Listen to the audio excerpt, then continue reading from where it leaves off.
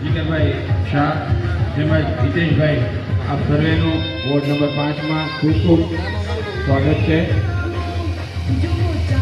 Director અનિલભાઈ સાતવાડા, ઇમરાનભાઈ આ આપનું સ્થાન લેશો।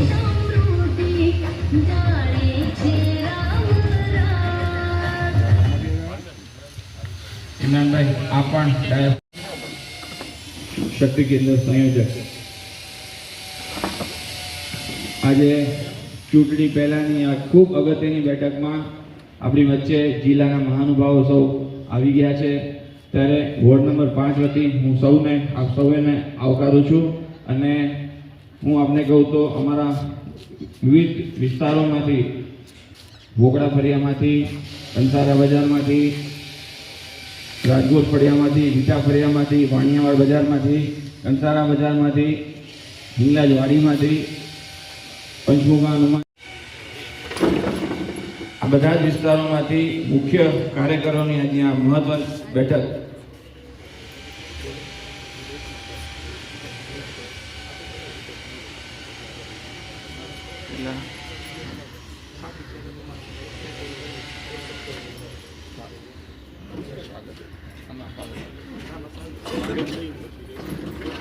તો આ મીટિંગમાં હું પધારેલા સૌ સર્વેસિંગ છે, પાણીની લાઈન છે, અને હમણાં તાજેતરમાં આરએનબીએ જે રોડ કર્યા એ બધા અલગ એમ કુલ મળીને 7 કરોડની આસપાસના વિકાસ કાર્યોના કામ થયા છે। અને ખાસ કરીને આપણે કહું તો અમારા વિસ્તાર એટલે જે વેપારીની બજાર કહી શકાય એ માટે નગરપાલિકાના સાથ સહકારથી અમે 2 પે એન્ડ યુઝનું આયોજન કર્યું છે, જે ખૂબ જરૂરી હતું અને વર્ષોથી પેન્ડિંગ હતું। એ આ સમયકાળમાં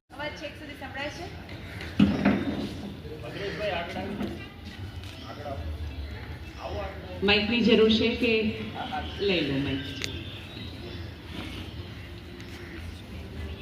આજની આ એક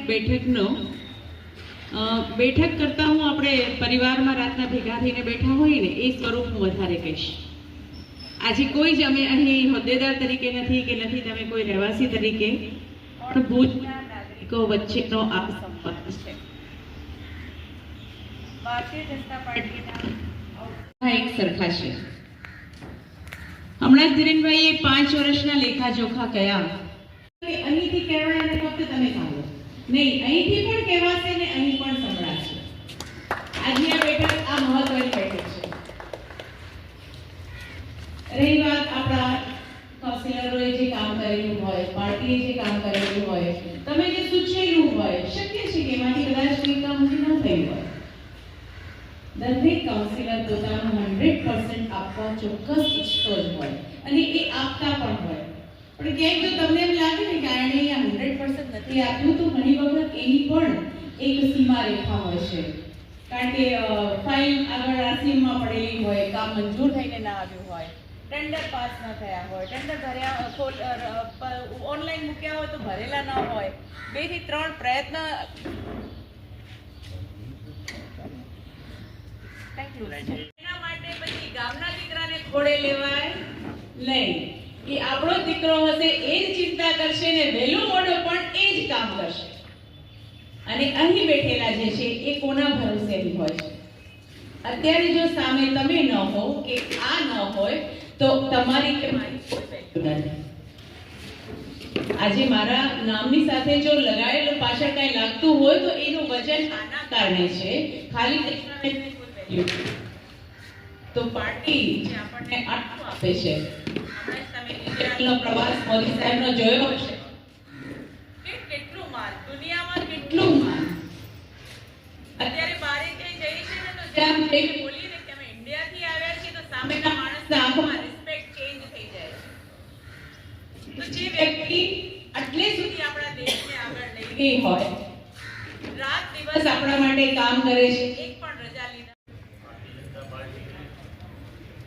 પરિવારની બેઠક આપણી વચ્ચે ઉપસ્થિત જિલ્લા ભાજપના મહામંત્રી મોટાભાઈ કમણ શ્રી હિતેશભાઈ, ભક્તિમત મોરચાના પ્રમુખભાઈ શ્રી હિતેશભાઈ, જિલ્લા ભાજપના પ્રમુખ શ્રી ગોસ્વામી, આશિતાબેન,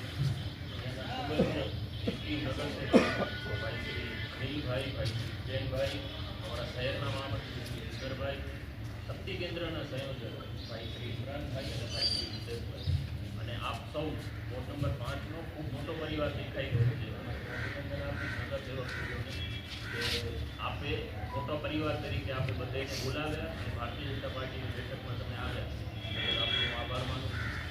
મિત્રો, ભારતીય જનતા પાર્ટી એક જ એવી પાર્ટી કે કોઈ ચૂંટણીલક્ષી કામ નહીં, પણ સતત 5 વર્ષ આ નગરસેવક હોય, વિધાનસભા હોય કે લોકસભા હોય, દરેક જનપ્રતિનિધિ સુખ દુઃખના કાર્યમાં અથવા પાર્ટીના અલગ અલગ પ્રોગ્રામોથી આપણા વચ્ચે બધાની વચ્ચે હર હંમેશ ભારતીય જનતા પાર્ટીનો કાર્યકર્તા રહેતો હોય.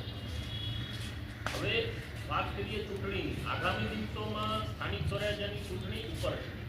ગમે ત્યારે ચૂંટણીની તારીખો જાહેર થઈ શકે. તો આપણે આજે પરિવાર તરીકે જ્યારે બેઠા છીએ ત્યારે આપણી જવાબદારી શું થાય કે ગત 5 વર્ષમાં જે કામો થયેલા છે એ રીતે લોકો સુધી લઈ જવાની જવાબદારી અહીંયા જેટલા બેઠા છે એ બધા લોકોની. ફક્ત ડાયસ ઉપર બેઠા હોય એ લોકો અથવા જેને ટિકિટ મળે છે ફક્ત એની જવાબદારી નથી. અહીંયા બેઠેલા તમામની જવાબદારી જનતાને. હું હમણાં જ રસ્તામાં હિતેશભાઈ આંકડા જોતો હતો, કોઈ એમ કે વોર્ડ નંબર 5 ભારતીય જનતા પાર્ટીનો ગઢ છે, તો હું છાતી ઠોકીને કહું કે ભારતીય જનતા પાર્ટીનો ગઢ છે. કોંગ્રેસ કરતા ડબલ મતથી આ લોકો બધાને વિજય પ્રાપ્ત કરાવે એના માટે હું અભિનંદન આપું છું. તો ભારતીય જનતા પાર્ટી ઉપર વોર્ડ નંબર 5એ હર હંમેશ પોતાની કૃપા દ્રષ્ટિ રાખી છે. તો આજે આપણે વોટર તરીકે નહીં પણ પરિવાર તરીકે આજે આ બેઠકમાં આપણે ભેગા થયા છીએ, તો હું વિનંતી કરીશ જે વિસ્તારમાંથી લોકો આવ્યા હોય એ પોતાનો થોડો અભિપ્રાય આપે, અને કોઈ એવી વાત હોય કે જેનાથી પાર્ટીને અથવા નગરસેવક આપણે બધા એક પરિવારની જેમ બેઠા છીએ, તો હું એવી વિનંતી કરીશ કે જે ફરિયામાંથી આવ્યા હોય ત્યાં કોઈ એવી નાની સૂની વાત હોય કે જેને આપણે આવતા દિવસોમાં સોલ્વ કરવાની થતી હોય અથવા જૂનું કાંઈ સારું કામ આપણે કર્યું હોય તો એનો અભિપ્રાય આપણે અગર આપી શકીએ. તો જે રીતે ધીરેનભાઈ વાત કરી કે વિઠા ફરિયામાંથી લોકો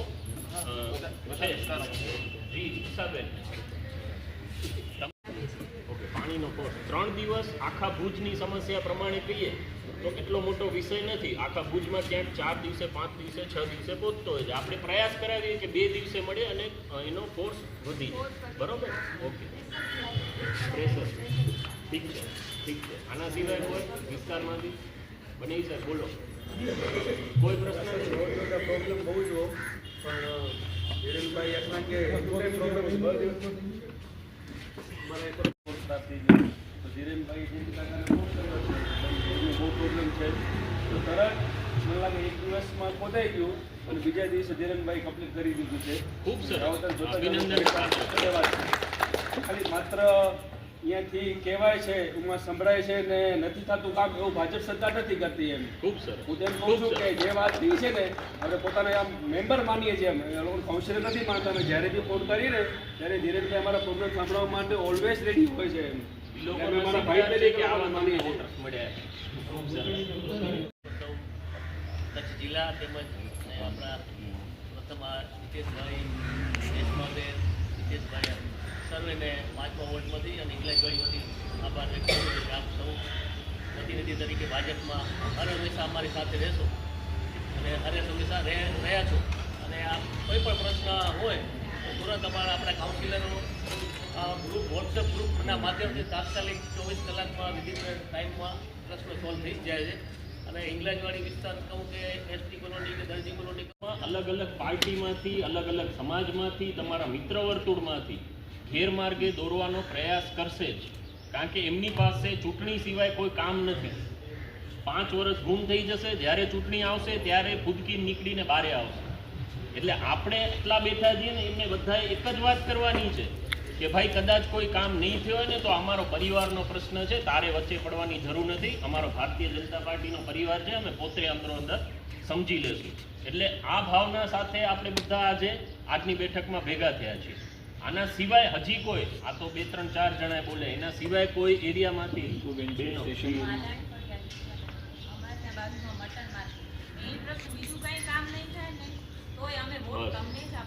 ના મને આ વિષય ધ્યાનમાં છે એટલે હું તમને અપડેટ કરી શકું એ વસ્તુમાં. ભાડાએ જગ્યા ફાળવી દીધી છે અને જ્યાં જે લોકો ત્યાં કામ કરી રહ્યા છે અત્યારે, જેની દુકાનો છે, અને એ લોકો બધા એગ્રી છે એ જગ્યામાં શિફ્ટ થવા માટે. કલેક્ટરશ્રીની સહીમાં છે એ સિલેક્ટ અને ટૂંક સમયમાં હું તમને આશ્વસ્ત કરું છું કે એ પ્રશ્ન વહેલી તકે સોલ્વ થશે અને મટન માર્કેટ સીલ થશે. ને વાણીવાડ વેપારી એસોસિએશનનો ઉપપ્રમુખ છું ને ખાસ કરીને જ્યારે વાણીવાડની વાત આવશે ત્યારે epicentre of the Bhuj કહેવાય, જ્યાં એન્ટ્રી ભુજની છે વાણીવાડમાં, ત્યાંથી બધે બજાર આખી ચાલુ થાય છે. ને મને એમ લાગે છે કે ઘણા સમયથી વોશરૂમની, બાથરૂમની, ખાસ કરીને લેડીઝોની જે તકલીફો હતી, શૌચાલય, હા શૌચાલય, એની ઘણા સમયથી માંગ હતી, લાગણી હતી, એ લગભગ 110% પ્રશ્ન ફોલ થઈ ગયો છે. એના બદલ અભિનંદન.